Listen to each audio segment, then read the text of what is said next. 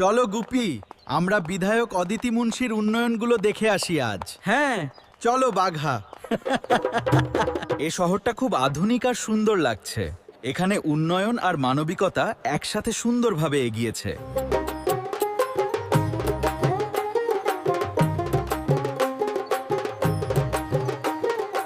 দক্ষিণ দমদম পৌর হাসপাতালে সাধারণ নাগরিকদের সুবিধার্থে আধুনিকীকরণ করা হয়েছে, যার মধ্যে রয়েছে দুটি ডায়ালাইসিস ইউনিট, দুটি আইসিইউ ইউনিট, দুটি ভেন্টিলেটর সিস্টেম।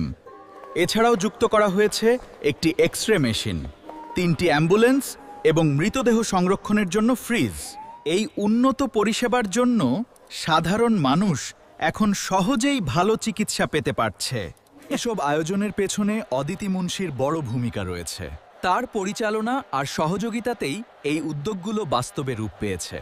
গরমে রক্ত সংকট মেটাতে প্রতি বছর 1 মাস ধরে রক্তদান শিবির করা হয় এখানে। এখানে প্রতি বছর সেবাশ্রয়ের মাধ্যমে বিনামূল্যে হাজার হাজার মানুষের চিকিৎসা করা হয়।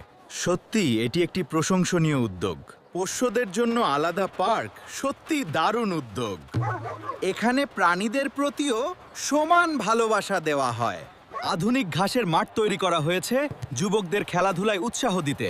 খেলাধুলা সুস্থ জীবন আর শক্তিশালী সমাজ গড়ে তোলে।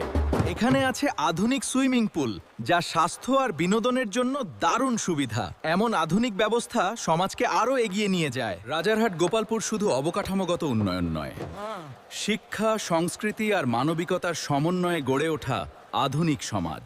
এই উন্নয়নের ধারাকে অব্যাহত রাখতে সঠিক নেতৃত্ব খুবই গুরুত্বপূর্ণ। তাই রাজারহাট গোপালপুরের মানুষ আবারও অদিতি মুন্সিকেই চায়।